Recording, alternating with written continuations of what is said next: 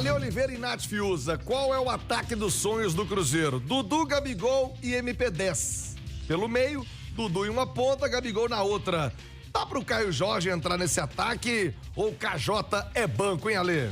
Eu acho que vai depender muito do que pensa o Fernando Diniz, mas o Caio Jorge, ele tem condição sim de jogar com o Gabigol. Eu acho que um jogador, ele não conflita.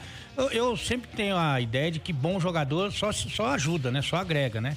Mas evidentemente que o Matheus Pereira é titular desse time no meio campo, e aí são 4 jogadores já que não tem característica de marcação. Então você precisa ter um meio campo que fique um pouco mais. O Mateuzinho também é um jogador que tem qualidade, que chega toda hora.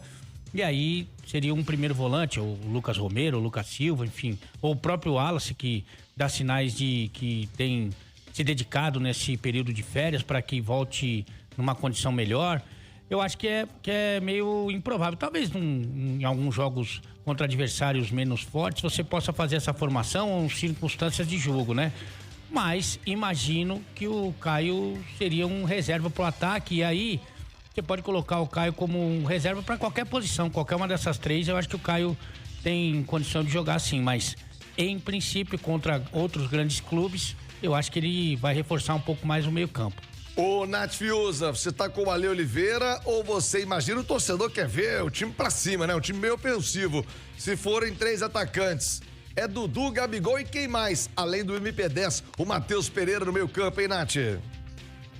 Eu acho que vai depender muito da configuração do adversário, né? Você falava aí de uma possibilidade do Dudu aberto de um lado, o Gabigol aberto do outro. Nessa configuração, o Matheus pode ser um meia que vem de trás, aparece para finalizar, quase que como um falso 9. Tem uma outra possibilidade de Dudu e Matheus Pereira atuarem como meias mais abertos, um mais pela direita, outro mais pela esquerda, e Gabigol e Caio Jorge atuarem como uma dupla de atacantes, né? O Caio Jorge sabe fazer também essa função de um segundo homem de ataque, e são 2 jogadores que têm características de centroavantes, mas centroavantes de mobilidade. Então é mais uma característica, mais uma ideia, né? Uma possibilidade de formação ao time do Fernando Diniz. Mas tudo vai depender do encaixe no meio-campo. A gente precisa ver como será a temporada do Wallace, né? Por exemplo, que é um atleta que a gente coloca muita expectativa e que se encaixa nesse meio-campo. É um pilar importantíssimo de marcação. Eu não abriria mão do Matheus Henrique, que para mim é uma peça fundamental na dinâmica ofensiva, na transição da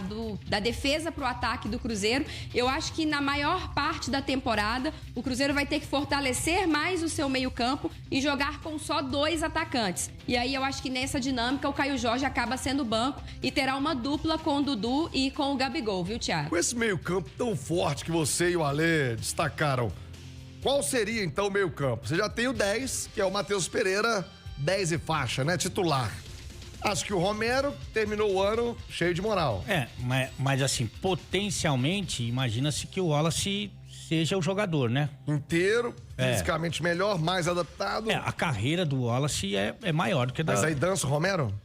Teoricamente sim, porque se você vai de Wallace e vai de Mateuzinho, né? Que é outro também cativo, né? Esse pra mim foi o melhor do time ano passado. Esse aí pra mim foi o melhor. Então você já tem, são 4 vagas, ok? Matheus e Mateuzinho. E as outras 2? O Matheus Pereira, né? Que se já coloquei o Matheus, Pereira e Henrique, os 2 Matheus. Os 2. Aí você precisa pelo menos de um primeiro volante, né? Que aí vai ficar a dúvida se o Wallace vai voltar bem ou se fica o Romero. Até tem o Lucas Silva que já fez essa função. E aí, se você for jogar com 3 atacantes, seria o Caio Jorge, o Dudu e o Gabigol. Você tem o Eduardo também para brigar por uma posição, né? Que é um jogador também experiente, que tem uma capacidade de armação de jogada, né? Que também pode servir. Você tem o Lautaro, se você quer um jogador mais voluntarioso, né? Então você tem muitas alternativas. Resta saber o que o Diniz pensa como um time ideal, né? E pra você, Nath, Thiago, como é que fica esse meio campo mais robusto do Cruzeiro?